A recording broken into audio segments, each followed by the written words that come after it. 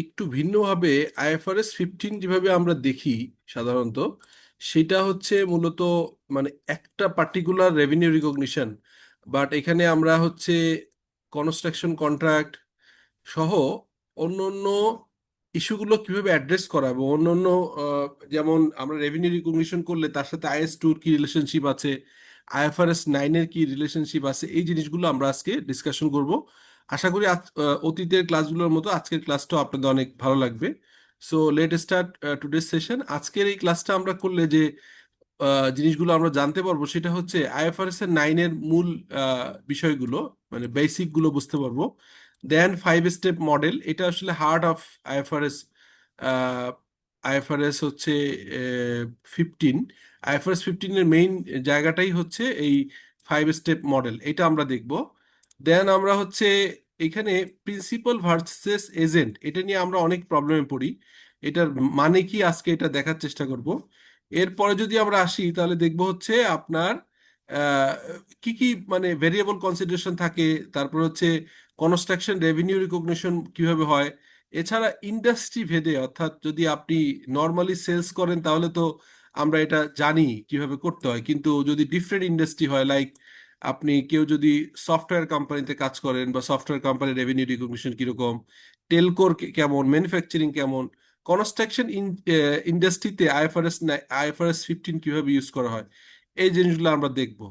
এবং IFRS 15 এর সঙ্গে একদম ইন্টিগ্রাল পার্ট হচ্ছে রেভিনিউ রিকগনিশন করলে আপনার ম্যাচিং কনসেপ্ট অনুযায়ী আমাদেরকে কস্ট রিকগনিশন করতে হবে, সেটা IFRS 2 অনুযায়ী কিভাবে হয় এটা আমরা দেখবো। তার মানে আমি যে ইয়েটা ইউজ করলাম সেটা হচ্ছে আপনি সেলস যদি করেন, সেলস একটা প্রতিষ্ঠানের সেলস যদি করেন, তো ডেফিনেটলি সেলসের একটা ফিগার থাকবে। দেন এখান থেকে আপনি COGS বাদ দিয়েই তো আপনি হচ্ছে গ্রস প্রফিট বের করবেন, জিপি। এই জিপি বের করবার যে আপনার প্রক্রিয়া, সেখানে কিন্তু এই COGS-টা ইম্পর্টেন্ট। IS2, যেটা আমরা ক্লাসের দ্বিতীয় ক্লাসে IS2 দেখেছিলাম, সে IS2-র সঙ্গে আজকে আমরা IFRS 15-এর কানেকশন, ইন্টারসেকশন কি হবে সেটা আমরা দেখব। এছাড়া IS 37, IFRS 9 খুব ইম্পর্টেন্ট এর জন্য। IS 38 গত ক্লাসে আমরা ডিসকাস করেছিলাম, সেটার সাথে আবার IFRS 15 এর কানেকশন। IFRS 16 আমরা দেখেছি, আমরা গত ক্লাসে দেখেছিলাম হচ্ছে আপনার IS 36। আর তার আগের দিন আমরা IS 38, IS 16 এগুলো নিয়ে ডিসকাশন করেছিলাম। তো IFRS 16 নিয়ে অলরেডি আমরা ডিসকাস করেছি আপনাদের ক্লাসে। তো এগুলোর সাথে ইন্টার কানেক্টেড কিরকম, এবং এছাড়া আপনার হচ্ছে এই ফরেন কারেন্সি ট্রানজেকশন হলে সেটার সাথে AIS এর কি কি কানেকশন আছে, ডেফার্ড ট্যাক্স, অর্থাৎ আমি রেভিনিউ রিকগনিশন সংশ্লিষ্ট আপনার হচ্ছে ডেফার্ড ট্যাক্স আছে কি নাই, এবং আমরা IS 1 যেটা করতাম সেটা তো এখন নতুন করে IFRS 18 হয়েছে, সেই IFRS 18-এর সাথে আপনার প্রেজেন্টেশন ইস্যুগুলো নিয়ে কথা বলবো। সো মোটামুটি এই হচ্ছে ক্লাসের আজকের ডিসকাশন পয়েন্ট। সো আপনারা যদি এভাবে আমরা সিরিয়ালি আলাপ করে যাই, আপনাদের যদি কোনো কোশ্চেন থাকে তাহলে কোশ্চেনগুলো আমরা বাই দিস টাইম অ্যান্সার করতে থাকবো। সো ফার্স্ট অফ অল হচ্ছে আমরা অনেকেই হয়তো জানি, হ্যাঁ, আপনার আমরা অনেকেই জানি যে এই IFRS 15টা কি। IFRS 15 হচ্ছে রেভিনিউ রিকগনিশন, যেটা আগে ছিল। আগের যেটা ছিল হচ্ছে দীর্ঘদিন আমরা যখন স্টুডেন্ট ছিলাম তখন আমরা এটা পড়তাম হচ্ছে IFRS, মানে 15 ছিল না, তখন ছিল IS 18।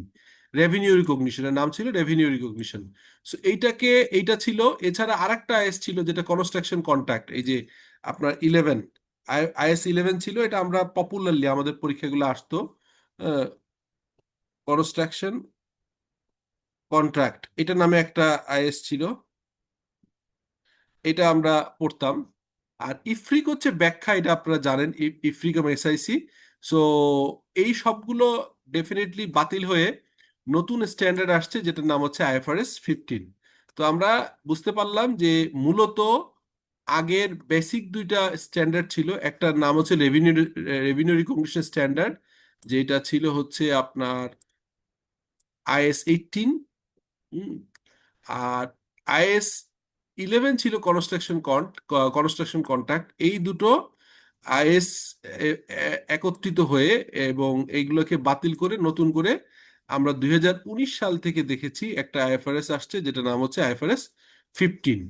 সো এই হচ্ছে মোটামুটি ব্যাকগ্রাউন্ড অফ আইএফআরএস 15। আচ্ছা, এখানে আপনার একটা কোর প্রিন্সিপাল আছে রেভিনিউ রিকগনাইজ করার, সেই কোনটা? এটা আগে যেটা ছিল, যে হচ্ছে আগে যেটা ছিল রিস্ক অ্যান্ড রিওয়ার্ড, মানে আমি যদি বলি প্রিভিয়াসলি যেটা ছিল, এটা ছিল হচ্ছে আইএস 18-এ ছিল। আইএস 18-এ মূলত একটা কথা বলা হতো যে রিস্ক অ্যান্ড রিওয়ার্ড, মানে আপনি একটা প্রোডাক্ট সেল করলেন, সেটার প্রোডাক্টের ভোক্তা এই যিনি কিনলেন উনি এটার রিওয়ার্ড পাবেন। মানে আমি যদি ধরেন লেটসে আমি একটা গ্যাসের চুলা কিনে আনলাম, তো বিক্রেতা তো হচ্ছে গ্যাসের চুলা বিক্রি করে ফেললো, আমি এটা কিনলাম, তো আমার রিওয়ার্ড কি? আমি পরের দিন এসে এই গ্যাসের চুলা কানেক্ট করে আমি এটা দিয়ে রুটি বানিয়ে খাবো অথবা ভাত রান্না করে খাবো। সো রিওয়ার্ডটা আমার। একই সঙ্গে সঙ্গে গ্যাসের চুলাটা আনার পরে এটা যখন আমি নিয়ে আসলাম, তখন কিন্তু এটার ইয়েটা আপনার হচ্ছে, যেটাকে বলা হয় হচ্ছে এটার রিস্কটা, মানে এটা যদি নষ্ট হয়ে যায়, এটা যদি কোনো গ্যারান্টি না থাকে, তাহলে এইটার হচ্ছে আমার রিস্ক থাকবে। ইভেন গ্যাসের চুলাটা আমি এনে হয়তো রিক্সা আনছি, আনার সময় বাসার নিচে রেখে হয়তো আমি বললাম যে আমাদের বাসার হেল্পারকে বা আমাদের অ্যাপার্টমেন্টের কেয়ারটেকারকে অথবা সিকিউরিটি গার্ডকে বললাম যে আপনি একটু দেখেন, আমি লোক নিয়ে এসে আমার এটা নিয়ে যাব, ইনস্টল করব। এর ভিতরে চুরি হয়ে গেল, এই চুরি হলেও এই রিস্কটা আমার। অর্থাৎ আগের যে প্রিন্সিপাল ছিল, আগের আইএস 18-এ ছিল রিস্ক অ্যান্ড রিওয়ার্ড ট্রান্সফার হয়ে গেলে, মানে জিনিস বিক্রেতার কাছ থেকে প্রোডাক্টটার ফিজিক্যাল হ্যান্ডওভার, সঙ্গে সঙ্গে ওই যে প্রোডাক্ট বা সার্ভিসটা যিনি কিনলেন ক্রেতা, ওইটা রিওয়ার্ডটাও উনি পাবেন আর রিস্কটাও তার ঘাড়ে যাবে। এটা হলেই হচ্ছে রেভিনিউ রিকগনিশন হতো। এখন যে আইএফআরএস 15-এর যে কোর প্রিন্সিপাল, আইএফআরএস 15-এ এটা বলছে হুম, না জিনিসটা এটা এত বলতো তুমি হ্যালো। গেছো মনে হয়।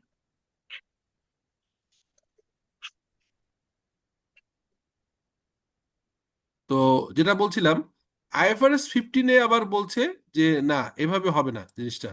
কিভাবে হবে? আইএফআরএস 15 বলছে যে না, আমাদের রেভিনিউ রিকগনিশন হবে কন্ট্রোল ট্রান্সফার। কন্ট্রোল এটা একটা টার্ম দিয়ে আরো জাস্টিফাই করছে, মানে এটাকে কন্ট্রোল বলছে, ঠিক আছে, কন্ট্রোল দিয়ে এটা বলছে, ঠিক আছে। সো এই control is more important than before. তো এখন হচ্ছে আমাদের কন্ট্রোল কথাটা বেশি ইম্পর্টেন্ট হয়ে গেছে। আচ্ছা, এখন একটা ইলাস্ট্রেশন যদি দেই, প্রিভিয়াস আইএসএ কিরকম ছিল? এই যে পুরোনো আইএসএ হচ্ছে ওনারশিপ ট্রান্সফার হয়েছে, এটা রেভিনিউ রিকগনিশন হবে। কিন্তু নতুন আইএফআরএস 15 অনুযায়ী কাস্টমারের কাছে কন্ট্রোল নিতে হবে, ফুল কন্ট্রোল। ফুল কন্ট্রোল মানে কি? আপনার ফিজিক্যাল প্রোডাক্টের হ্যান্ডওভার হইতে হবে, এটা রিস্ক অর্ডার ট্রান্সফার হইতে হবে, এইটার হচ্ছে আপনার ফিউচার বেনিফিটটা আমার কাছে আসতে হবে। এই সংজ্ঞাটা আরো স্ট্রং করে একটা টার্মে নিয়ে আসছে যে ফিজিক্যাল কন্ট্রোল, কাস্টমার কাছে সব কন্ট্রোল চলে গেলেই এটাকে আমরা আইএফআরএস 15 বলবো। তো এখানে একটা ইম্পর্টেন্ট মডেল আমরা জানি, সেটা সবাই আমরা জানি যে 5টা স্টেপ আছে। সেই 5টা স্টেপের প্রথম হচ্ছে আইডেন্টিফাই দ্য কন্ট্রাক্ট। অর্থাৎ আপনার যে কোনো রেভিনিউ রিকগনিশন করতে গেলে আপনাকে আসলে কন্ট্যাক্ট থাকতে হবে। এই contact is very important. So কন্ট্যাক্টটা কি? এই কন্ট্যাক্টটা হচ্ছে একটা এক্সাম্পল আমরা দিচ্ছি। এক্সাম্পল হচ্ছে ABC limited sign a contract, 100 laptop বিক্রি করবে হচ্ছে কত টাকায়? আপনার 100 ল্যাপটপ বিক্রি করবে, টাকার পরিমাণ হচ্ছে 10 মিলিয়ন, মানে হচ্ছে 1 কোটি টাকা, ঠিক আছে। এই হচ্ছে আমাদের কন্ট্যাক্ট।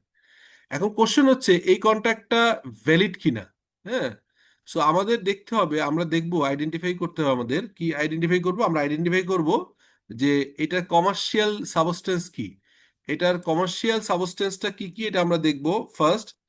দেন হচ্ছে এটা হচ্ছে ফার্স্ট হচ্ছে কমার্শিয়াল সাবস্টেন্স। সেকেন্ড দেখবো যে অ্যাপ্রুভাল, এটার কি অবস্থা, ঠিক আছে। তারপরে দেখবো পেমেন্ট টার্ম। তারপরে দেখবো হচ্ছে কালেক্টিবিলিটি, এটা টাকাটা পাবো কিনা।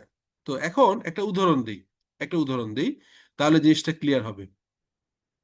এই যে এক্সাম্পলটা দিলাম যে এবিসি কোম্পানির এটা কন্ট্যাক্ট হয়েছে কি হয় নাই, আপনাদের কাছে আমার কোশ্চেন ছিল যে এটা আসলে, এই কোশ্চেনটা কি ছিল যে এই কন্ট্রাক্টটা কি ভ্যালিড কি ভ্যালিড না। সো দেখেন এই কোশ্চেনটা যদি, এই কোশ্চেনটা কি, কোশ্চেনটা ইজ ইজ দ্য কলিড, মানে এই যে কন্ট্রাক্টটা ভ্যালিড কিনা। একশো পিস ল্যাপটপ কিনতে বলছি আমরা, কেনা বেচা হবে যার হচ্ছে আপনার মূল্য হবে 10 মিলিয়ন, মানে 1 কোটি টাকা।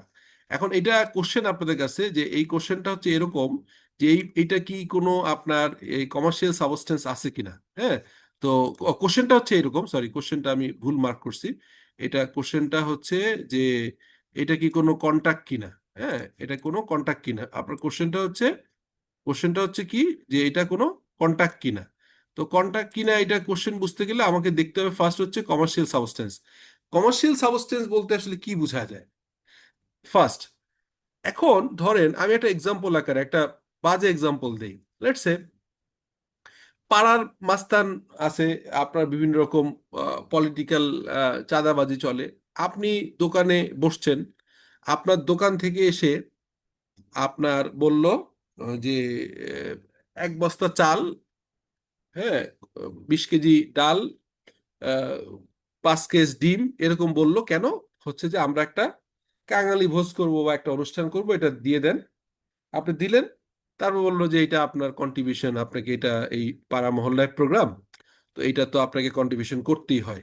সো এইখানে দেখেন, জোর করে হোক আর যাই হোক, এইখানে কিন্তু কোনো কমার্শিয়াল, এখন এই যে পাড়া মহল্লার যে যেভাবে চাঁদাবাজি হয়েছে অতীতে বেশি, এখন হয়তো ওই লেভেলে নাই, বাট তারপরেও এখান থেকে বেরো আসতে পারে নাই, পারা যাচ্ছে না, সময় লাগবে হয়তো গ্রাজুয়ালি। তো এখন এই জায়গাটা যদি বলেন এই ধরনের একটা ঘটনা যদি ঘটে, তাহলে আপনাদের কাছে আমার কোশ্চেন যে এই কমার্শিয়াল, এটার কি কমার্শিয়াল সাবস্টেন্স আছে, যে আমি এসে পাড়া মহল্লার ছেলেরা নিয়ে গেল, অথবা ধরেন একটা মানে in case of force, force করে এটা নিয়ে গেল। তো এখানে অ্যান্সার ইজ নো, এটা কোনো কমার্শিয়াল সাবস্টেন্স নেই। কেন নেই? বিকজ এটা কোনো টাকা পয়সা হয় নাই। আচ্ছা, অ্যাপ্রুভাল মিন হচ্ছে, দেখেন এখানে কিন্তু দোকানদার বাধ্য হয়ে দিচ্ছে, অতএব দুইটা পার্টি কিন্তু, এক পার্টি নিচ্ছে আর এক পার্টি দিচ্ছে।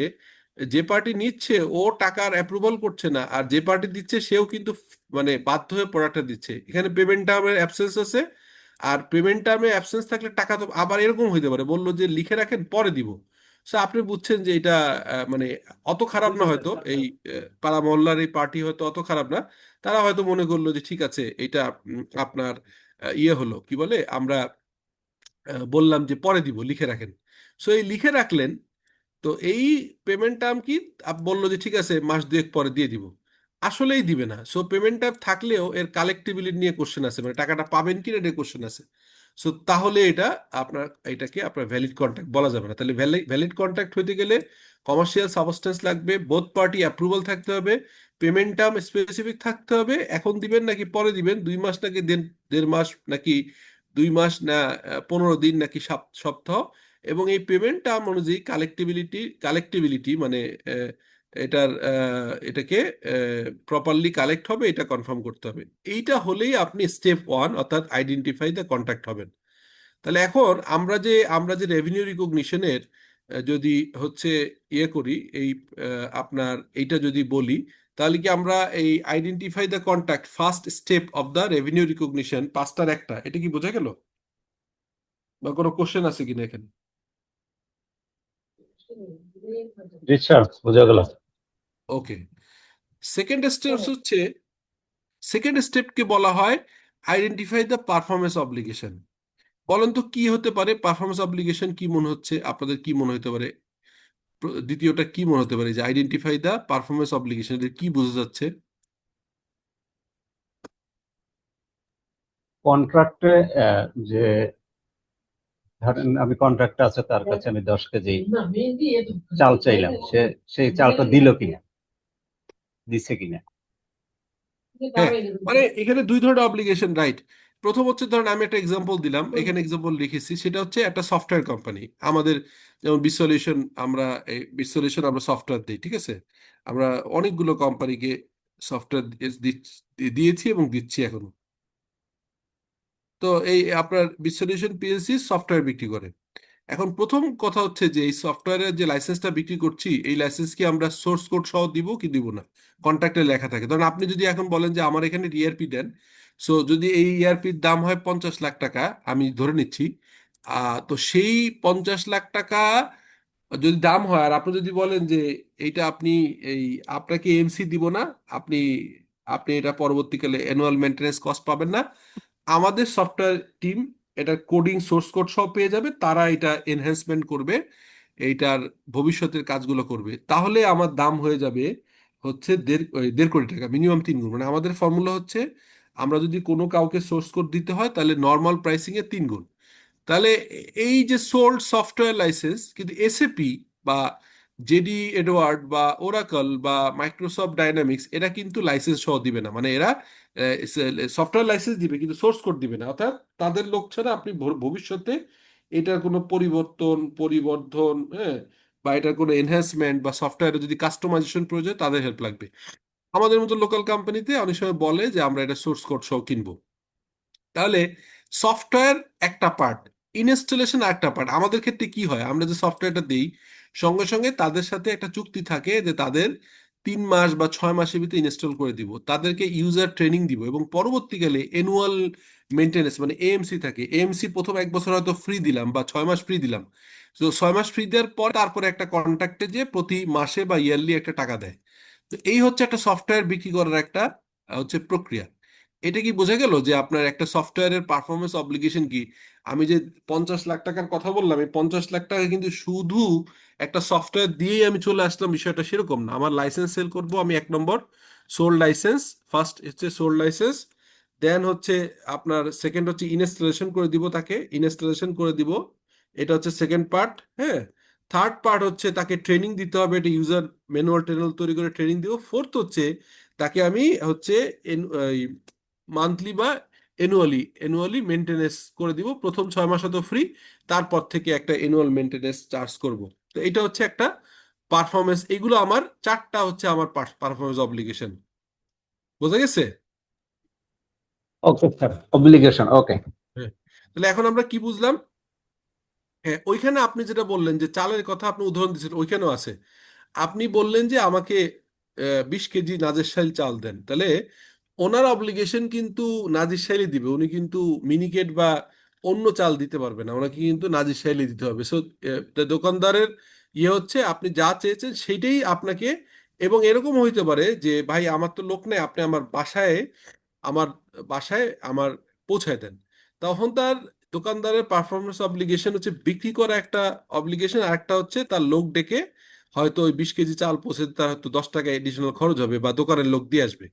তো এরকম হয়। তাহলে এখানে আমি যদি বলি যে এই যে সফটওয়্যার সেলস এর ক্ষেত্রে আমাদের হাউ মেনি অব্লিগেশনস আর দেয়ার, আমরা অ্যান্সার ইজ 4। আমরা দেখলাম চারটা হচ্ছে আমাদের অব্লিগেশন। ক্লিয়ার? ক্লিয়ার। ওকে, এরপর আছেন। তাহলে আমরা প্রথমটা পেলাম, আমরা আজকে কিন্তু মুখস্থ করে ফেলতেছি কারণ এটা সবচেয়ে ইম্পর্টেন্ট। মানে IFRS 15 মানে রেভিনিউ রিকগনিশন আমরা অনেকে জানি, মাথায় থাকে না। প্রথম হচ্ছে কন্ট্যাক্ট। তাহলে কন্ট্যাক্টের ক্ষেত্রে আমি কতগুলো আইডেন্টিফিকেশনের মেথড দেখালাম যে এটা হচ্ছে জোর জবরদস্তি হবে না, বোথ উইলিং পার্টি। এটাকে বলে arms length transaction. Arms length transaction মানে এমন একটা প্রোডাক্ট অথবা সার্ভিস যেটা হচ্ছে একাধিক উইলিং উইলিং সেলার অথবা বায়ার থাকবে, একটা মার্কেট প্লাস থাকবে, আপনি তো বার্গেন হবে, বার্গেনের মাধ্যমে কেনা বেচা হবে। এখানে জোর জবরদস্তি কোনো মাস্তানি চাঁদাবাজি না। তো commercial substance, approval, payment term এবং কালেক্টিবিলিটি। তারপর বললাম হচ্ছে পারফরমেন্স অব্লিগেশন, এটা এক্সাম্পল সফটওয়্যার থেকে দেখলাম। তারপর হচ্ছে ট্রানজেকশন প্রাইস, টিপি। এই টিপিটা মানে কি? এই যে আমি একটু আগে আপনার যে বললাম যে এই যে এত এত এত, তো এর ভ্যালু কত হবে, এই ট্রানজেকশন কত। এই এক্সাম্পল হচ্ছে, এই এক্সাম্পল দিছি যে এক্সাম্পলটা দিলাম এরকম যে একটা বেস প্রাইস, এই প্রোডাক্টটার বেস প্রাইস হচ্ছে কত। আমি বললাম যে এই প্রোডাক্টটার বেস প্রাইস হচ্ছে 10 লাখ টাকা, একটু আগে যে এক্সাম্পলটা দিলাম এটার বেস প্রাইস হচ্ছে মানে 10 লাখ টাকা। এর সঙ্গে আপনি একটা বোনাস কিছু দিতে হবে, অনেক সময় আমরা দেই না, বোনাস দিতে হয়। আবার আপনি যদি দেরি করে করেন অথবা যদি ডেলিভারি দেরি হয় পেনাল্টি ক্লজ আছে।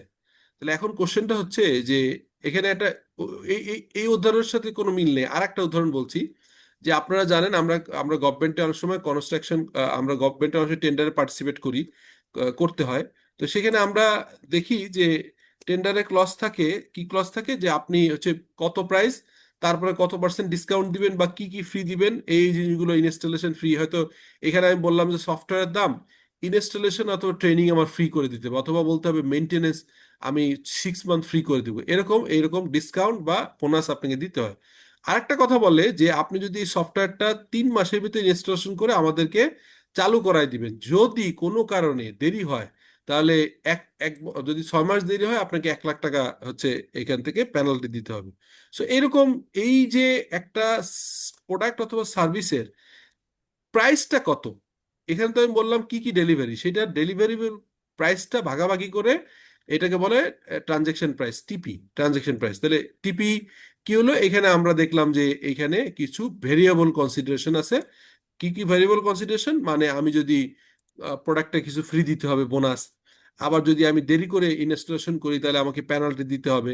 তো এই যে সার্ভিস বা প্রোডাক্টগুলো দিচ্ছি তার ট্রানজেকশন প্রাইস, যেমন আমি একটা সিম্পল একটা আরেকটা এক্সাম্পল দিই, একটু আগে বললাম 20 কেজি চাল আপনি দোকান থেকে কিনলেন, এখন কেনার পরে দোকানে এনাফ কর্মচারী নাই, আপনি দোকানদারে বললেন যে ভাই 20 কেজি চাল আপনার কাছে নিচ্ছি কত টাকা, বললো যে লেটস সে 1,000 টাকা, ফাইন। তো এই বা 2,000 টাকা, তো 2,000 টাকা যে বললো, 20 কেজি চাল 2,000 টাকা, আপনি বললেন যে আমাকে যে আমার বাসায় পৌঁছে দিতে হবে, আমার 2 বিল্ডিং পরে বাসা, এখানে পৌঁছে দিতে হবে। এখন দোকানদার তখন কি করবে, রাস্তার একটা রিক্সাওয়ালা অথবা কাউকে বলল যে 2 বিল্ডিং পাশে এটা আপনার রিক্সা আমি দেখছি, আপনি এই প্রোডাক্টটা ওনার সাথে যান, ওনার বাসায় দিয়ে আসেন। এখন দেখেন, সে হচ্ছে তার চালের দাম 2,000 টাকা, সেখান থেকে তার 50 টাকা হয়তো এই রিক্সাওয়ালার দিতে হলো ডেলিভারির জন্য, তাহলে তার ট্রানজেকশন প্রাইস ভাগ হবে 1,950 টাকা হচ্ছে তার প্রোডাক্টের দাম, আর 50 টাকা তার ভাগ হবে হচ্ছে খরচের জন্য, ওটা আমি পাবো না। তো এরকম আসলে টিপিতে ভাগ হয়, ঠিক আছে। তাহলে আমরা থার্ডটা দেখলাম, ট্রানজেকশন প্রাইসটা ডিটারমাইন করতে হয়, থার্ড হচ্ছে ডিটারমিনেশন অফ ট্রানজেকশন প্রাইস। প্রথমটা ছিল কন্ট্যাক্ট, তারপরটা ছিল মানে এই আইডেন্টিফাই দ্য কন্ট্যাক্ট, তারপর হচ্ছে আইডেন্টিফাই দ্য পারফরমেন্স অব্লিগেশন, কত ধরনের, একটু আগে যেমন দেখলাম চাল ডেলিভারি, চাল দেয়া এবং ডেলিভারি করে দেয়া, দুইটা পারফরমেন্স অব্লিগেশন, সেই পারফরমেন্স অব্লিগেশন অনুযায়ী ট্রানজেকশন প্রাইস কত, এই ট্রানজেকশন প্রাইস অনুযায়ী অ্যালোকেশন করতে হবে। অ্যালোকেশন করতে হবে, যেমন আগেরটাই আমি এই এক্সাম্পলটা যদি দেখি, এখানে কি আমার একটা সফটওয়্যারের স্ট্যান্ডার্ড প্রাইস হচ্ছে কত, সফটওয়্যারের স্ট্যান্ডার্ড প্রাইস 7 লাখ টাকা, একটু আগে যে এক্সাম্পলটা দিচ্ছিলাম, 7 লাখ টাকা। তারপরে কি করলাম আমরা, সেই 7 টাকার পরে ট্রেনিং এর জন্য আমাকে আলাদা ট্রেনার খুঁজতে হবে, যাকে পেমেন্ট করতে হবে হচ্ছে 2 লাখ টাকা। তাহলে আমি আমার সফটওয়্যারের দাম 7 লাখ টাকা, আমি ট্রেনিং দিচ্ছি, যা ট্রেনারকে 3 মাস ধরে ট্রেনিং করাইতে হবে 2 লাখ টাকা, মেনটেনেন্স ফ্রি দিচ্ছি আপাতত, এইটা হচ্ছে ভ্যালু হচ্ছে 1 লাখ টাকা, আমি যে 1 বছরের মেনটেনেন্স ফ্রি দিব 1 লাখ টাকা, তাহলে আমার টোটাল আপনার হচ্ছে ট্রানজেকশন প্রাইস টিপি কত হবে, টিপি হচ্ছে আপনার টিপি হচ্ছে 9 লাখ টাকা, ট্রানজেকশন প্রাইস 9 লাখ টাকা। এখন আমরা যদি সফটওয়্যার 7 লাখ হয়, সফটওয়্যার 7 লাখ হচ্ছে, আর হচ্ছে আমার এই এই টোটাল প্রাইস যদি হয় হচ্ছে আলাদা আলাদা স্ট্যান্ডার্ড, মানে এটা আলাদাভাবে সফটওয়্যার বিক্রি করলে হয় 7 লাখ টাকা, ট্রেনিং আলাদা বিক্রি করলে হয় হচ্ছে আপনার 2 লাখ টাকা, মেনটেনেন্স 1 লাখ টাকা। এখন টোটাল প্রাইস 9 লাখ টাকা হইলে তিনটাকে কত ভাগাভাগি করবেন এটা বলেন তো, আপনাদেরকে আমি বলছি যে অ্যালোকেশন প্রপোর্শনেটলি কত হবে, বলেন তো কোনটা কত হবে, মানে তিনটা মিলে আপনার হচ্ছে সফটওয়্যারের দাম 7 লাখ টাকা, ট্রেনিং এর দাম 2 লাখ টাকা, 1 বছরের মেনটেনেন্স দাম 1 লাখ টাকা, তাহলে যোগ করলে কত হয়, 7 আর 2 9 আর 1 10, আর টোটাল জিনিসটা প্যাকেজে আপনাকে বিক্রি করতেছেন ওই কাস্টমার কাছে হচ্ছে 9 লাখ টাকা। 9 লাখ টাকা। তাহলে কত হবে, এটা সিম্পল ফর্মুলা আমি আপনাকে দেখাই, সিম্পল ফর্মুলা হচ্ছে টোটাল যদি হয়,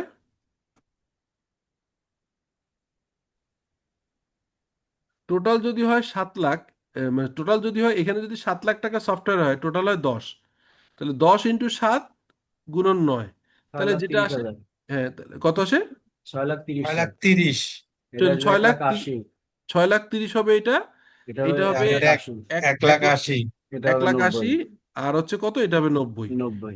এটা হবে 90। তাহলে এই তিনটা, এই যে এইটাকে একটা মাথড বলে, এইটাকে এই সবগুলাকে বলা হয় লামসাম, এটাকে ওই যে আমরা অ্যাকাউন্টিং এ দেখেছি লামসাম প্রাইস, আর এটাকে বলে standard, sorry, specific identification method, মানে আলাদা আলাদা করে প্রত্যেকটার ভাগ করা।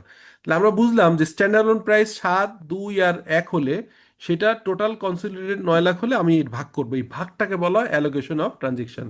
তার মানে একটু আগে আমি দেখলাম যে 20 কেজি চালের দাম যদি 2,000 টাকা হয়, তাহলে ইজিলি আমি রিক্সাওয়ালা 50 টাকা বাদ দিয়ে 1950 করতে পারলাম।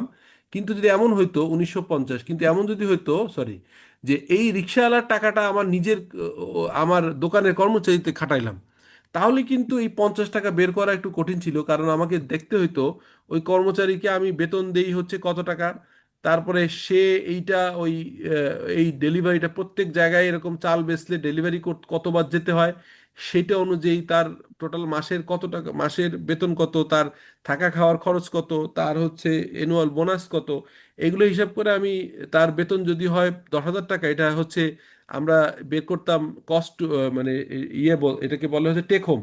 আর একটা হচ্ছে টোটাল কস্ট, হ্যাঁ, মানে যেটাকে বলা হচ্ছে কস্ট টু এমপ্লয়ার, হ্যাঁ। তো টোটাল খরচ হয়তো 10,000 টাকা করে দিলে অ্যাভারেজে খরচ পড়ে যাবে প্রায় 15,000 টাকা মান্থলি। এই 15,000 টাকায় হয়তো সে দোকানে টুকটাক অন্য কাজও করে, আবার এই ডেলিভারিগুলো করে। সো তখন সেই একটা ডেলিভারির খরচটা বের করা একটু কঠিন। তো এই কঠিন কাজটাও আমাদের অ্যাকাউন্টিংয়ে এই অ্যালোকেশনের মাধ্যমে করতে হয়, সবসময় এরকম সহজ হয় না। অথবা রিক্সাওয়ালাকে টাকা দিয়ে দিলাম, বুঝে ফেললাম, এরকম ইজি নাও হতে পারে। আমরা যখন আমাদের প্র্যাকটিক্যালি করব তখন হচ্ছে এইগুলোকে আলাদা আলাদা বের করাটাকেই বলা হয় অ্যালোকেশন অফ টিপি, ট্রান্সফার প্রাইস। বোঝা গেছে? মানে কনসেপ্টটা তো বোঝা গেছে। জি স্যার।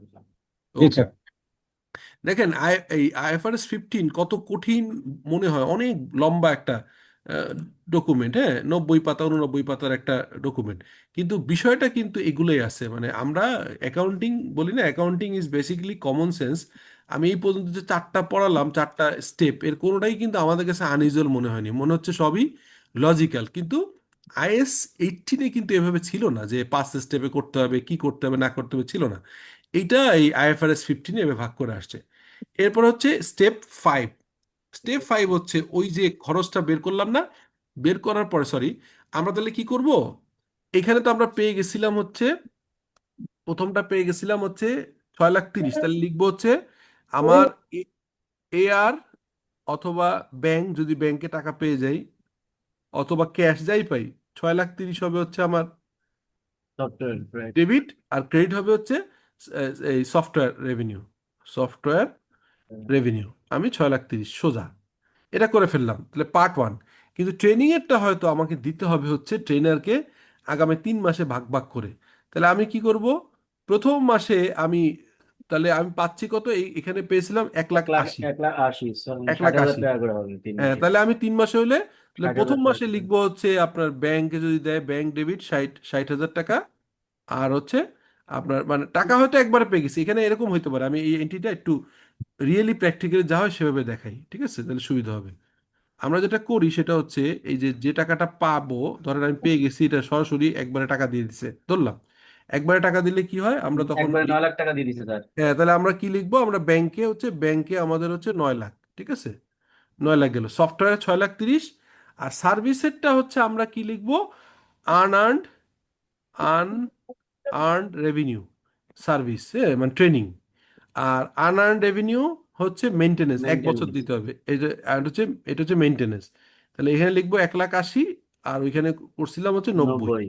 90,000, ঠিক আছে। এখন তার সফটওয়্যারটা তো হয়ে গেল, ফাইন। এই আনআর্ন রেভিনিউটা হচ্ছে 1 মাস গেলে ট্রেনিংয়ে, তখন আমরা লিখবো হচ্ছে আপনার এই এই আনআর্ন রেভিনিউকে ডেবিট করব হচ্ছে 90,000, আর হচ্ছে ট্রেনিং রেভিনিউ বের করব হচ্ছে 90,000। ওকে, এরকম করে 1 2 3 3 মাস শেষ করবো। আর এই সার্ভিস যেটা 90, এটাকে 90 দিয়ে ভাগ দিব 12 মাস যদি হয়, 8 বারং 96, 7.5 ধরলাম, 7.5, মানে 7,500 টাকা প্রতি মাসে। তাহলে আমার কি হবে, তখন আমি হচ্ছে এটাকে রেভিনিউ দেখাবো 7,500 টাকা, আর হচ্ছে আনআর্ন রেভিনিউ।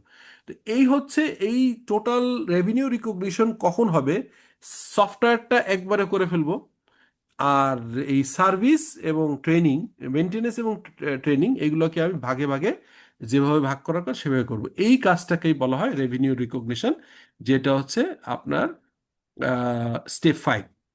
এই 5টা স্টেপ কি বোঝা গেছে? বুঝতে পারছি স্যার। তো আমরা কি মোটামুটি ভাবে একটা এইটা একটু যদি মুখস্থর মতোই করে ফেলি বা জিনিসগুলো জানার মতো করে আমরা গুছাই ফেলি, তাহলে যেটা হবে সেটা হচ্ছে আমাদের একটা সবচেয়ে ইম্পর্টেন্ট IFRS এর আমরা বেসিকটা আমরা খুব সুন্দর করে জানতে পারলাম, মানে অ্যাটলিস্ট ইন্টারভিউ বোর্ডে আপনাকে কেউ জিজ্ঞেস করলো, অথবা আপনি হচ্ছে যে এক্সামে গেলেন, অথবা আপনি যখন আপনার নতুন ব্যবসা আসছে, এটা ডিফারেন্ট। আগের হয়তো সিম্পল, আপনি হয়তো এফএমসিজির মতো মার্কেটে বিক্রি করে রেভিনিউ রিকগনিশন করছেন, কিন্তু একটা প্রোডাক্ট আসলো যেটা হচ্ছে লং টার্ম রেভিনিউ, মানে একবারে টাকা পাওয়া যায় না, ইনস্টলমেন্ট সেলস, যেমন সিঙ্গার ফ্রিজ বিক্রি করে, তখন কিভাবে রেভিনিউ রিকগনিশন হবে? তারপরে কিভাবে আরো কি হইতে পারে, ধরেন আপনি বললেন যে আমি একবারে তিনটে সার্ভিস, যে আমরা যেমন দিই, সফটওয়্যার দিই, সফটওয়্যারের সাথে হার্ডওয়্যার দিই, মানে হচ্ছে সফটওয়্যার দিই সঙ্গে হয়তো কিছু হার্ডওয়্যার লাগে, সেটাও আমরা দিই, সার্ভার টার্ভার। তারপরে কি করি আমরা হচ্ছে ট্রেনিং দিই। তারপরে আমরা কি করি, আমরা হয়তো এখানে তাদেরকে একটা অ্যানুয়াল মেনটেনেন্স কস্ট দিই, প্রথম 6 মাস বা 1 বছর ফ্রি, তারপরে তো এই অনুযায়ী রেভিনিউ রিকগনিশন করতে হয়। তো রেভিনিউ রিকগনিশনের পয়েন্ট অফ টাইম মানে এককালীন, আর ওভার দ্য টাইম তো আমরা এখানে এক্সাম্পল পেয়ে গেছি, ওই যে সফটওয়্যারটা হচ্ছে one point of point in time, time আর ওভার দ্য পিরিয়ড হচ্ছে আপনার অন্য সার্ভিসগুলো। তো এই এক্সাম্পলটাই হচ্ছে ট্রেনিং। রাইট, রাইট, একদমই। তো এখানে একটা এক্সাম্পল দেয়া আছে, laptop sales point of time but construction over the period. যদি আপনি ল্যাপটপ সেল করেন আপনার যদি, তাহলে কিন্তু আপনি একবারেই করতে পারলেন, ঠিক আছে, এটা নিয়ে কোনো কোশ্চেন নাই। কিন্তু যদি আপনি ইয়ে করেন, আপনি যদি কোনো কনস্ট্রাকশন কোম্পানিতে কাজ করেন, মানে কনস্ট্রাকশন ব্যবসায় যদি ঢুকেন, তাহলে কিন্তু আমাদের হচ্ছে ইয়ে হবে না, আপনার এত ইজি হবে না, মানে ল্যাপটপের মতো একবারে করতে পারবে না। তখন হচ্ছে 5 বছরের রেভিনিউ ওই 5 বছরে ভাগ ভাগ করে দেখাইতে হবে, এটা কি বলে ওভার দ্য টাইম, মানে আমার রেভিনিউটা হবে, আমি বিল করব, কি বিল করব, আমি বিল করব হচ্ছে ভাগে ভাগে বিল করব। আমি একবারে তো করতে পারবো না, আমি হচ্ছে ভাগে ভাগে কনস্ট্রাকশন করব, যেটুকু করব এটা রানিং বিল বলে, আমরা সেভাবে ওভার দ্য টাইম করব। তার মানে ল্যাপটপ বা একটা এফএমসিজি প্রোডাক্ট যেভাবে ইজিলি একবারে সেল হয়, ঠিক সেইভাবে হচ্ছে কনস্ট্রাকশন হবে না, এটা ডিফারেন্ট হবে। আমরা সফটওয়্যারেও কিন্তু সফটওয়্যারে ভাগে ভাগে দিই, আমরা বলি হচ্ছে টিম ডিপ্লয়মেন্ট, মানে আমরা যখন সফটওয়্যারটা লোক পাঠাই তাদের প্রিমিসেসে, আমাদের সেখানে যখন যায় 20%, তারপর হয়তো হয়তো বললো যে আমরা বিজনেস ব্লুপ্রিন্ট বা তাদের হচ্ছে বিজনেস প্রসেস লিখে ফেললাম, ওইটা হচ্ছে ওই সময় আরো 20%। তারপরে হচ্ছে তাদের হচ্ছে টেস্ট রান শুরু হলো, মানে তারা এই সিস্টেমে টেস্ট শুরু করলো, তখন হয়তো আরো 20%। তারপরে ফুল ট্রেনিং দিয়ে আর 20%, আর ফাইনালি যখন এই গো লাইভ হলো, গো লাইভ হওয়ার পর তারা কাজ শুরু করলো, এর গো লাইভের 1 সপ্তাহ পরে 15 দিনের পরে নেক্সট 20%। তো এইভাবেই আমরা ভাগে ভাগে কিন্তু আমরা করি। সফটওয়্যারটা কিন্তু এরকম ল্যাপটপের মতো হার্ডওয়্যারের মতো একবারে সেল করে একবারে টাকা নিতে পারি না, এটাও কনস্ট্রাকশন ইন্ডাস্ট্রির মতো আমাদের সফটওয়্যারগুলোকে ভাগে ভাগে বিক্রি করতে হয়।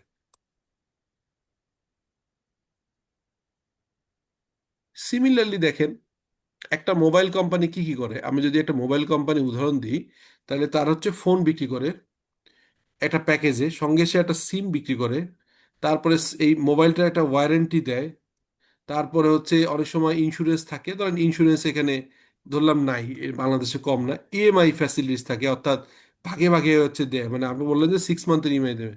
এখন আপনি বলেন আমাদের যে আইডেন্টিফাই করতে হবে, you are required to identify,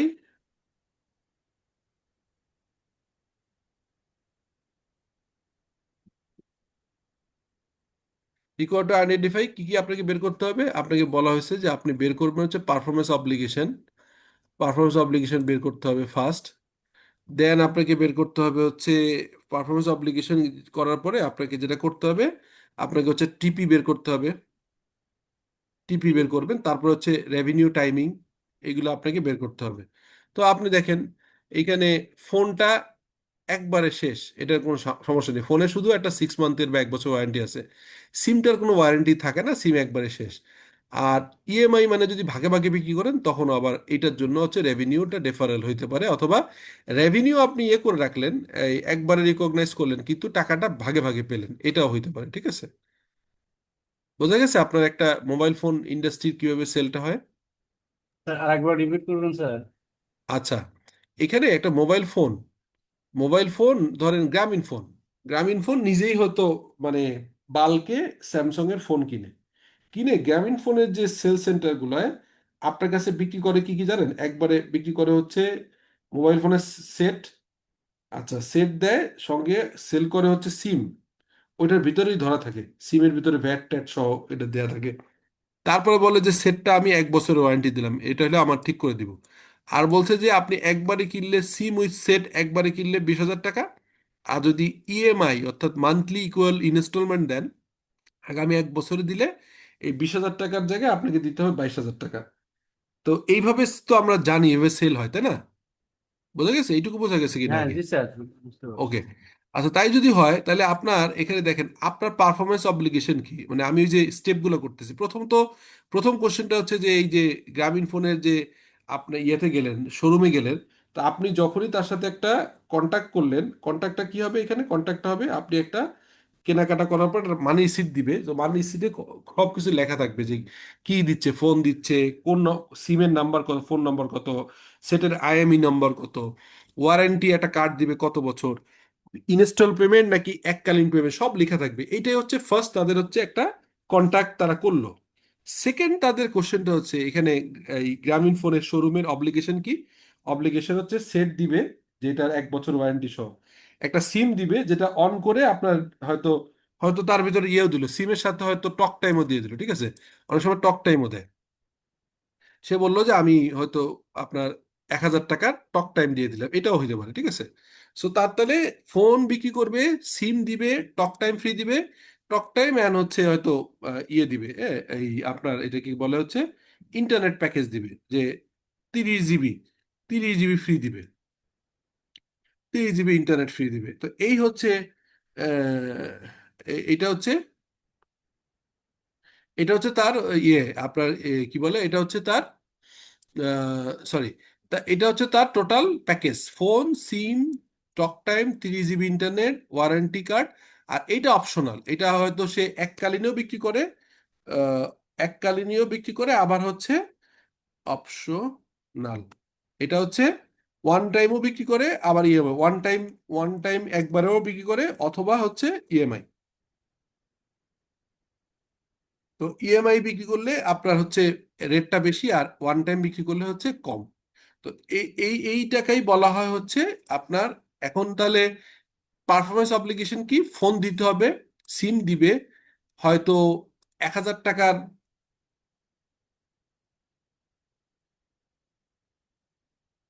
1,000 টাকার টক টাইম দিবে, আর হচ্ছে আপনার ইয়ে দিবে, 30 জিবি ইন্টারনেট দিবে। তার obligation phone, SIM, talk time, internet এবং 1 বছরের ওয়ারেন্টি।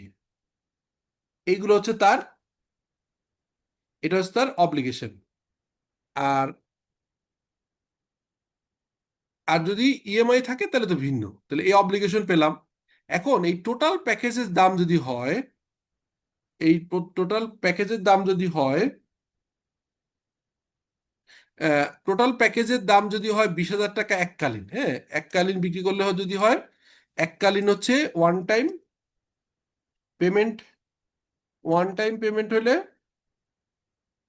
20,000, আর যদি ইনস্টল ইএমআই তে হয়, ইএমআই তে হলে হচ্ছে 22,000, ঠিক আছে? এই যে আপনার তাহলে এটা, সরি, এটা হচ্ছে পরের, এটা হচ্ছে প্রথম আসলো এই অব্লিগেশন। অব্লিগেশনের পরে এইখানে আপনার হচ্ছে এই ট্রান্সফার প্রাইসিং ভাগ করবেন, যে কোনটার কত প্রাইসিং এটা আপনি বের করবেন, যেটা একটু আগে দেখাচ্ছিলাম আমরা। একটু আগে আমরা দেখলাম না যে ভাগ করে করে দেখলাম যে কোনটা কত প্রাইসিং। আর রেভিনিউ টাইমিং, তো প্রথম হচ্ছে যে এই যে এখানে যেমন দেখাচ্ছিলাম, এখানে এই যে ভাগ করলাম, সফটওয়্যারে ছিল হচ্ছে আপনার 6,30,000, ট্রেনিং এ ছিল 1,80,000, আর মেনটেন্স ছিল 90।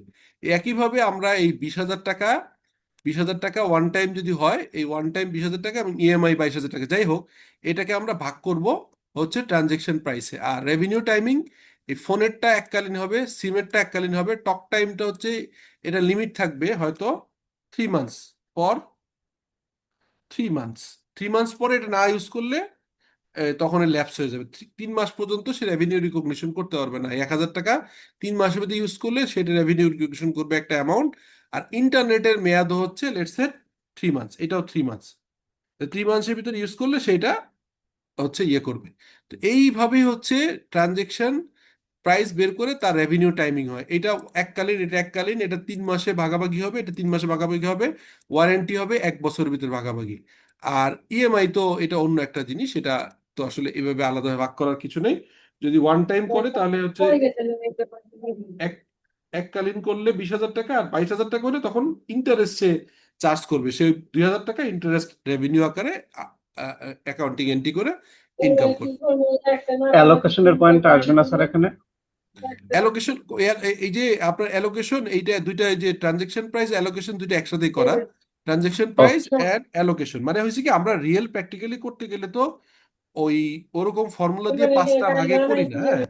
মানে তখন তো আসলে ওই আমরা যেমন 5 ভাগে পড়লাম, ওইটা তো ধরেন পড়লাম, হ্যাঁ। কিন্তু এই ট্রানজাকশন প্রাইস বলতে অ্যালোকেশন সহই ভাগ করতে হয়, রেভিনিউ টাইমিং। সো মোটামুটি 5টা, যেমন এখানে পারফরমেন্স অব্লিগেশন প্রথম বলছে। আমি তো এখানে এর আগে তো আমি বলছিলাম কন্ট্রাক্ট আছে কিনা, তো কন্ট্রাক্ট তো থাকবেই, কারণ এটা মোটা একটা দাগে জিপির মতো একটা কোম্পানির পাকা রসিদ দিবে, ঠিক আছে, ওটা তো তাহলে কন্ট্রাক্ট আছে, এটার আমার কোনো সন্দেহ নেই। পারফরমেন্স অব্লিগেশন, এই transaction price and allocation, and finally হচ্ছে রেভিনিউ রিকগনিশন।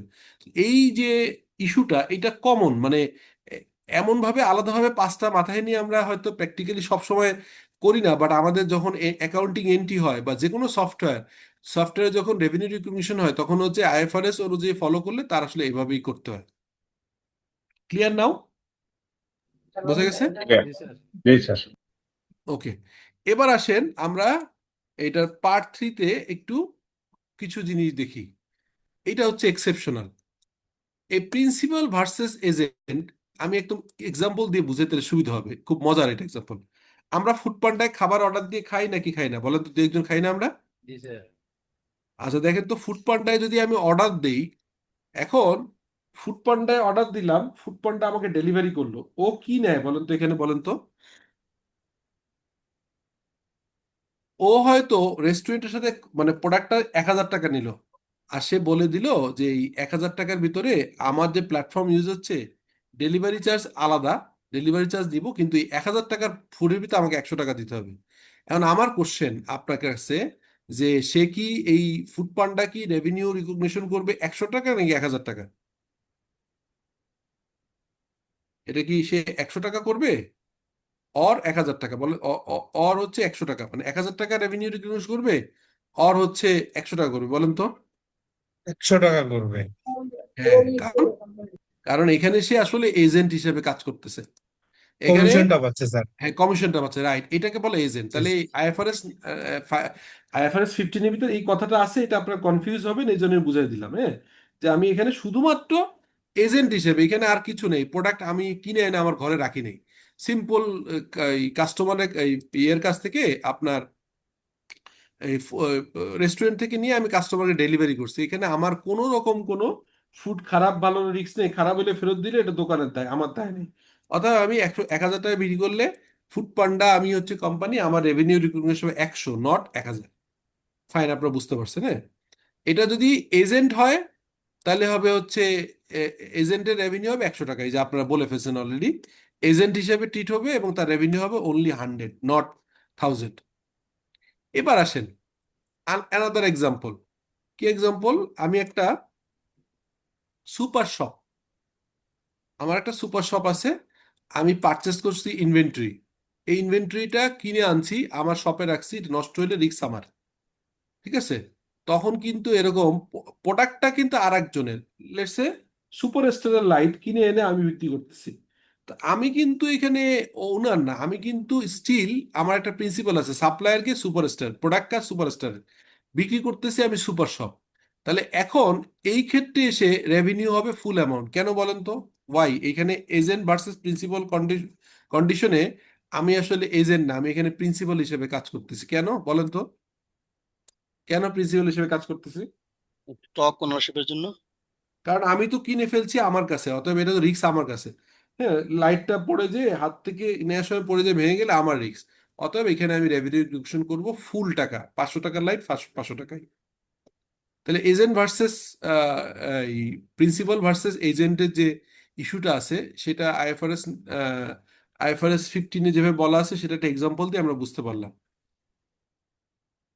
কনসাইনমেন্ট সেল এটা কি, কেউ বলতে পারবেন হোয়াট ইজ কনসাইনমেন্ট সেল? আমাদের যারা আমরা অনার্স মাস্টার্সে পড়তাম অ্যাকাউন্টিং, তাদের এটা থাকতো, মানে আমাদের কনসাইনমেন্ট সেল নামে একটা জিনিস ছিল, বলেন তো কি?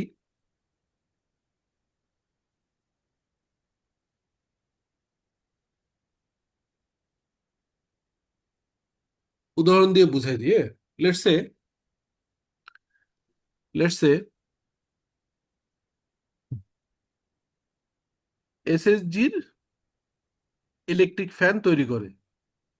এখন সে তার নিজস্ব শোরুম আছে, নিজস্ব শোরুমস আছে। কোথায় কোথায় আছে? ঢাকা, খুলনা, চিটাগাং, রাজশাহী, এই কয়টা আছে। এখন সে উত্তরবঙ্গের দিনাজপুরে, হুম, দিনাজপুরে সে হচ্ছে প্রোডাক্ট দিতে চায়, কিন্তু তার তো শোরুম নাই। তখন সে বলল যে দিনাজপুরের যে ইলেকট্রিক শপ আছে তারে বলল, ভাই তুমি একটা কাজ করো, তুমি একটা কাজ করো,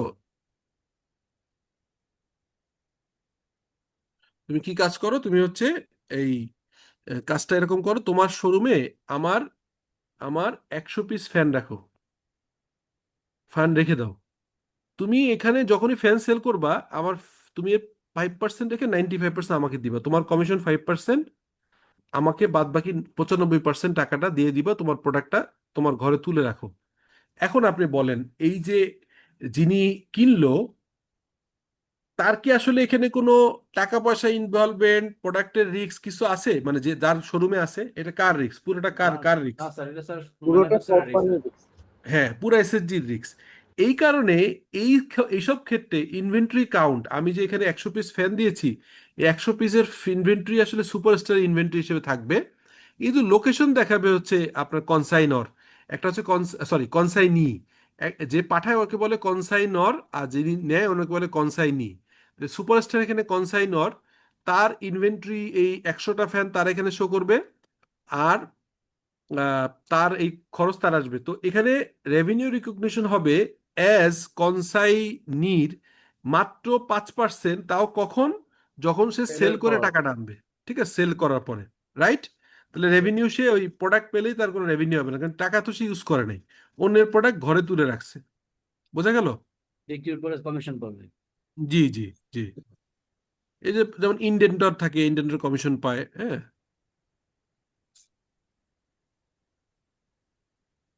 এই ক্ষেত্রে তো স্যার ওই ও যে গুডসটা রাখলো তার একটা রিস্ক থাকলো না? সেই রিস্কটা হইতে পারে কন্ট্রাক্টে থাকে, হয়তো বলে দেয় যে ভাই আমার আগুন টাগুন লাগলে বা এই ধরনের করলে তোমার রিস্ক, মানে মোটামুটি এইসব ক্ষেত্রে, কনসাইনমেন্টের ক্ষেত্রে যিনি হচ্ছে কনসাইনর, মানে যিনি পাঠায়, ও জানেই যে পুরো রিস্কটা তার ঘাড়ে। তার সেল বুস্ট আপ করার জন্য ওই লোকালকে নিচ্ছে, কোনো রিস্কই কিন্তু ইয়ে নেয় না, মানে সেলার কোনো লোকাল রিস্ক নেয় না নেয় না। স্যার। হ্যাঁ, জি। এখানে কিন্তু তো স্যার এসএসজির সুবিধা আছে স্যার, তার তো আর ওই শোরুম কস্ট, তারপরে তার যে সেলসম্যান লাগবে, এগুলো তো তার খরচ করতে হচ্ছে না। এক্স্যাক্টলি এই জন্যই সে কিন্তু একটা কমিশন দেয়। এই জাস্ট কনসাইনমেন্ট 5%। সেলটা খুব কমন, এটা হয়, ঠিক আছে। জি স্যার স্যার। স্যার দারাজের ইস্যুটা স্যার কিরকম হবে? দারাজের ইস্যুটা ওই কনসাইনমেন্ট টাইপই হয়, কারণ দারাজ যখন ওর তো আমি নিজস্ব যখন কোনো সেল প্রোডাক্ট করি নাই। নিজস্ব ফুড প্রোডাক্ট, পান্ডার মতো হবে স্যার। ফুড পান্ডা বা দারাজ একই, তখন সে ওই যে তার প্রোডাক্ট, সে কমিশনটাই শুধু নিবে, ঠিক আছে, তার জি স্যার। ইনভেন্টরি শো করবে না, ঠিক জি আছে। স্যার। আচ্ছা, তো এখন এগুলো আমরা বলছি, এগুলো নিয়ে তেমন ইস্যু নাই। এখন আপনি আসেন যে কনস্ট্রাকশন কন্ট্রাক্ট, এটা হচ্ছে নতুন একটা আইটেম, যেটা আগের ওল্ড IS-11 ছিল, এখন এখানে আসছে। এইখানে IFRS 15 কি বলতেছে জানেন? যে আমার একটা এক্সাম্পল দিলাম, আপনি একটা ব্রিজ তৈরি করতে গেলেন, ঠিকাদারি প্রতিষ্ঠানে আপনি চাকরি করেন, বড়, যেমন আব্দুল মোনেম বা এরকম, কন্ট্রাক্ট প্রাইস হচ্ছে 100 কোটি টাকা, 100 কোটি টাকা, ঠিক আছে। আর এটা করতে গিয়ে খুশি হবে, খরচ হবে 80 কোটি টাকা। তো এখন আপনার তাহলে এস্টিমেটেড প্রফিট 20 কোটি টাকা। বুঝতে পারছেন তো না এক্সাম্পলটা? স্যার আচ্ছা, তাই যদি হয়, তাহলে আমি যদি বলি যে এটা আমার হচ্ছে আপনার এই আমার হচ্ছে ইয়ে, তাহলে কা- প্রথম বছর খরচ করলো 40 কোটি টাকা, তাহলে কত পার্সেন্ট? এটা হচ্ছে 40/80, মানে হচ্ছে 50% খরচ করছে। তাহলে এই খরচ করছে প্রথম বছর, ফার্স্ট ইয়ারে, যে ফার্স্ট ইয়ার, সে ফার্স্ট ইয়ারে কি করলো, সরি, ফার্স্ট ইয়ারে যেহেতু সে খরচ করলো হচ্ছে কত পার্সেন্ট, ফার্স্ট ইয়ারে করলো 40/80, অর্থাৎ 50%। তাহলে তার খরচ কত, কস্ট হচ্ছে 40 crore, আর পার্সেন্টেজ 50%, তাহলে তার রেভিনিউ শো করাবে হচ্ছে 50 কোটি, মানে 100 কোটির অর্ধেক, 100-এর হাফ, হ্যাঁ। তাহলে 50 কোটি টাকা তার রেভিনিউ, আর COGS বা কস্ট হবে 40, আর প্রথম বছরের প্রফিট শো করবে হচ্ছে 10 কোটি, ঠিক আছে। এই হচ্ছে, তাহলে তার রেভিনিউ রিকগনিশন হবে হচ্ছে 50, প্রথম বছর। বোঝা গেল? এই খুব সিম্পল, কিন্তু আপনি যদি এরকম কনস্ট্রাকশন কন্ট্রাক্টে যান এইভাবে হবে। এটাকে বলে পার্সেন্টেজ অফ কমপ্লিশন মেথড। এক্সাম্পলটা কি বোঝা গেল? জি স্যার। ওকে, স্যার এখানে আমার স্যার একটা জিনিস জানার বিষয়, বলেন। আমি যদি ফার্স্ট ইয়ারে 50 কোটি টাকা প্রফিট দেখাই তাহলে তো স্যার প্রফিট না, প্রফিট না রেভিনিউ আচ্ছা, দেখাই। হ্যাঁ রেভিনিউ দেখে, হ্যাঁ। এখানে হচ্ছে কি, কনস্ট্রাকশন কোম্পানি দুই ধরনের হয়। আপনি যেটা বললেন এইটা আসলে আরো, আর আমি যেটা দেখালাম এইটা সাধারণত আপনি নাও করতে পারেন। এটাকে বলে কমপ্লিট। ওই যে পরে আমি দেখেন এখানে দুইটা মেথড আছে, আপনি যেটা বললেন এইটা অ্যাভয়েড করার জন্য এই যে পার্সেন্টেজ অফ কমপ্লিশন মেথড এটা আমরা করলাম। কিন্তু আরেকটা থাকে, সেটা হচ্ছে এই, এটাকে বলা হচ্ছে অল্টারনেটিভলি, যেটাকে বলা হচ্ছে কমপ্লিট কনস্ট্রাকশন মেথড। এটা কি বলা হয় সাধারণত, যে মেথডটা ইউজ করে কমপ্লিট কনস্ট্রাকশন মেথড, তখন এই ভাগাভাগি করে না। আসলে মূলত কি হয়, এটা লাগে কখন জানেন? এই রানিং বিল বা অ্যাডভান্স টাকা নেয় না, তো অ্যাডভান্স টাকা যদি নেয় তাহলে এইরকম ক্ষেত্রে কি হবে, সে টাকা পেয়েছে হয়তো, রানিং খরচ করছে ওই রেশিও অনুযায়ী, হয়তো সে যেটা করে, সে হচ্ছে ক্যাশ পেয়েছে বা ব্যাংকে গেছে হচ্ছে 50 কোটি ব্যাংকে, আর সে হচ্ছে রেভিনিউ রিকগনিশন করছে 50। যদি সে এইটাকে এরকম না করতো তাহলে কি করতে হইতো, সে ব্যাংকে বা ক্যাশে পেয়েছে 50, আর তার আনআর্নড রেভিনিউ দেখাইতে হইতো বা 50 দেখাইতে হইতো। আর এই এই রেভিনিউ সে রিকগনাইজ করতো না, 2 বছর পরে একবারে রেভিনিউ রিকগনিশন করে তারপরে সে পুরো টাকাটা দেখাইতো। তো এটাও করা যায়, কমপ্লিট কনস্ট্রাকশন মেথড করা যায়। আর আপনি ট্যাক্স ব্যাটের যে কথা বললেন, এই প্রপোর্শনালি 50% ট্যাক্স ব্যাটের খরচ তো ফার্স্ট ইয়ারে দেওয়াটাই লজিক্যাল, যেহেতু আপনি রেভিনিউ 50% পেয়ে যাচ্ছেন, আবার খরচও 50% হচ্ছে, তাহলে প্রথম বছরে 50% দিলেই তো সব ঠিকঠাক থাকে, পরের বছর না হলে তো এরকম বছর টু বছর কম্পেয়ার, এই কমপ্লিট কনস্ট্রাকশন মেথড যেটা, এইটা হইলে তো আপনার যদি কেউ 10 বছরের কন্ট্রাক্ট নেয় একটা বড় কাজ, তাহলে প্রথম বছর দেখাবে না, দ্বিতীয় বছর দেখাবে না, একবারে দশম বছরে যে ফুল টাকা হবে, তাহলে তো আসলে একটু একটু খারাপ দেখা যায়। এটা আছে কিন্তু এটা সাজেস্টেড কম। বোঝা গেল এবার? তাহলে আমরা আইএফআরএস 15-এর সাথে IS2 এর এক্সাম্পল, ওই যে বললাম সিওজিএস হিসেবে আমরা রেভিনিউ রিকগনিশন করতে হয়, IS2 আমরা সেকেন্ড ক্লাসে করছিলাম সিওজিএস। আর এই রিসিভেবলটাকে, এই রিসিভেবল বলি না, একটু আগে বললাম যে আমি সেল করছি, আমি লিখেছি হচ্ছে অ্যাকাউন্টস রিসিভেবল হচ্ছে লেটসে 100 টাকা সেল করছি, আর সেলস মানে আমি টাকা পাইনি। এরকম ক্ষেত্রে এই 100 টাকা যেটা হয়, এটা এইটা ট্রিটমেন্ট হয় IFRS 9 এর আন্ডারে। এটাকে বলে ফাইন্যান্সিয়াল অ্যাসেট।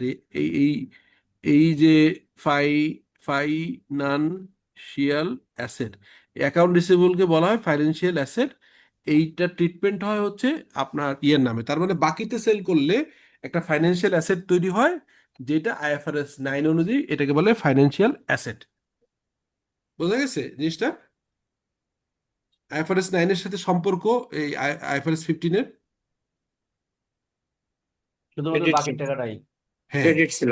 হ্যাঁ। এখন এখানে আবার যে ঘটনা ঘটে, আমি যদি প্রচুর ক্রেডিট সেল করতে থাকি, তাহলে কি হয়, এক পর্যায়ে আমার টাকা কিছুটা মার যেতে পারে, তখন আমরা যেটা মিক্সিং করি, হওয়ার সম্ভাবনা থাকে স্যার। তখন bad date date expense debit, let's say 5 টাকা, আর অ্যালাউন্স ফর ব্যাড ডেট 5 টাকা।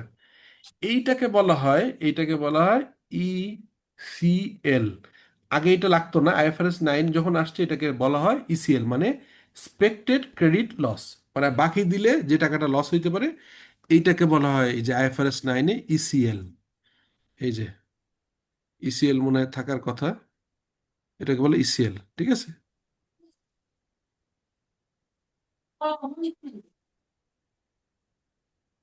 বাকি টাকাটাকে বলে ECL। বোঝা গেছে জিনিসটা? ECLটা বুঝছেন? জি স্যার। আপনারা হয়তো ব্যাড ডেট অ্যালাউন্স জানতেন, এটা কি ECL বলে, এটা হয়তো আপনারা জানতেন না, তাই তো? তো আমি মোটামুটি আপনাদেরকে এটার মানে, আর অন্য অন্যগুলো যেটা আছে, যেমন IFRS 37 যখন পড়াবো তখন কাভার করব, যদি কোনো খরচ বাকি থাকে তখন এটাকে অ্যাকাউন্টস পেয়াবল বা প্রভিশন করতে হয়, এটাকে বলা হয় IS 37। আর IS 38 অলরেডি পড়াইছি আমরা। সফটওয়্যারের ক্ষেত্রে সফটওয়্যার যখন তৈরি করি তখন আমরা এটা ইনটেনজিবল অ্যাসেট আকারে করে আমরা এটাকে সফটওয়্যারে রাখি। আর IAS 16 অলরেডি দেখেছি। আর এই 21 যেটা, এটা ফরেন কারেন্সি। আমরা যদি এক্সপোর্ট সেল করি অথবা ইম্পোর্ট অথবা এক্সপোর্ট করি, তখন ডলারের সাথে ফ্ল্যাকচুয়েশনের অ্যাকাউন্টিংটা হয় IAS 21। সো IAS 21টা আমি আলাদাভাবে ডিসকাস করছি না, এটা একটা ভিডিও আপনাদেরকে দিয়ে দিব, দেখেন। IFRS IAS 12 ডেফার্ড ট্যাক্স, এটা অত্যন্ত ইম্পর্টেন্ট, আলাদা ক্লাস নিব। আর অলরেডি তো IFRS 18 এর কি আপনাদের সাথে একটু আলাপ করেছিলাম, মানে নতুন যে ইয়েটা আসতেছে, মানে IAS 1 এর বদলে IFRS 18, এটা কি আলাপ করেছিলাম প্রথম দিন?